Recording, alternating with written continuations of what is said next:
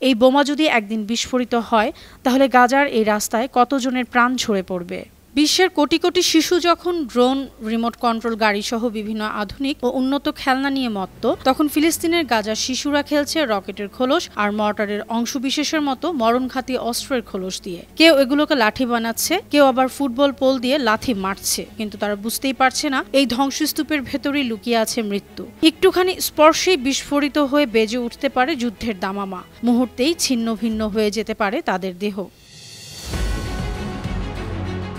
TRT ওয়ার্ল্ডের প্রতিবেদন থেকে জানা গেছে, গাজার এমন একটি বাড়িতেই বাস করতেন মঈন আল হাত্তু। ইসরায়েলের বোমা হামলায় তাদের বাড়ির দেয়ালগুলো উড়ে গেছে। এখনও সেই ধ্বংসস্তূপে ঝুলে আছে এক বিশাল বোমা, ধূসর রঙের, ভয়ানক ভারী, ওজন প্রায় 1 টনেরও বেশি। কয়েক সপ্তাহ আগে ইসরায়েলি বিমান হামলায় এ বোমাটি বাড়িতে পড়ে, কিন্তু বিস্ফোরণ হয়নি।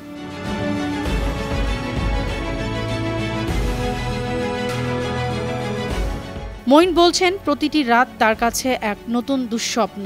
ঝুলন্ত ত্রিপল টানিয়ে আবার ঘর বানাতে চান নিজের ধ্বংসপ্রাপ্ত বাড়ির বাকি অংশে, কিন্তু কেউই তার সাহায্যে এগিয়ে আসছে না। স্থানীয় প্রশাসন ও সিভিল ডিফেন্স বলছে তাদের পক্ষে এত বড় বোমা অপসারণ সম্ভব নয়। আর তাই প্রশ্নটা এখন সবার মনেই, এই বোমা যদি একদিন বিস্ফোরিত হয় তাহলে গাজার এই রাস্তায় কতজনের প্রাণ ঝরে পড়বে।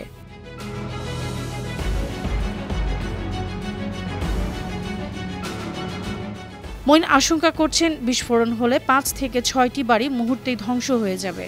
2 বছরেরও বেশি সময় ধরে চলা যুদ্ধের পর আজ গাজা শহরের প্রতিটি ইট পাথর যেন যন্ত্রণার সাক্ষী। শহরের রাস্তায়, ঘরের ভেতরে, এমনকি শিশুদের খেলার মাঠেও পড়ে আছে অগণিত বিস্ফোরক। কারো বাড়ির ছাদে, কারো দেয়ালে, আবার কারো বিছানার নিচে। আন্তর্জাতিক মানবিক সংস্থা হ্যান্ডিক্যাপ ইন্টারন্যাশনালের গবেষণা করে জানিয়েছে, 2023 সালের 7 অক্টোবর থেকে এখন পর্যন্ত ইসরায়েল প্রায় 70,000 টন বোমা ফেলেছে গাজার বিভিন্ন স্থানে। জাতিসংঘের মাইন অ্যাকশন সার্ভিস জানিয়েছে, এই অস্ত্রগুলোর 5 থেকে 10% এখনও নিষ্ক্রিয় অবস্থায় পড়ে আছে। ফলে গোটা গাজা অঞ্চল এখন এক বিশাল মাইনফিল্ডে পরিণত হয়েছে। এই বিপদের বাস্তব উদাহরণ দেখা যায় গাজা সিটির আল শিফা হাসপাতালে। মোহাম্মদ নূর নামের এক ফিলিস্তিনি তার 2 আহত সন্তানের পাশে বসেছিলেন। তাদের পা দুটি চূর্ণ হয়ে গেছে এক অবিস্ফোরিত ইসরায়েলি বোমার টুকরোতে। নূররা অস্থায়ী তাঁবু স্থাপন করছিলেন, আর তার ছেলেরা রান্নার জন্য কাঠ ও কার্ডবোর্ড সংগ্রহে গিয়েছিল। ঠিক সেই সময় এক বিকট শব্দে বিস্ফোরণে আহত হয় তার 2 সন্তান। আজ গাজার প্রতিটি ধ্বংসস্তূপই যেন এক একটি ঘুমন্ত বোমা, আর সেই ধ্বংসস্তূপের মাঝেই নিঃশব্দে ভয়ের সঙ্গে বসবাস করছেন মঈন আল হাত্তুর মতো আরও অনেকেই।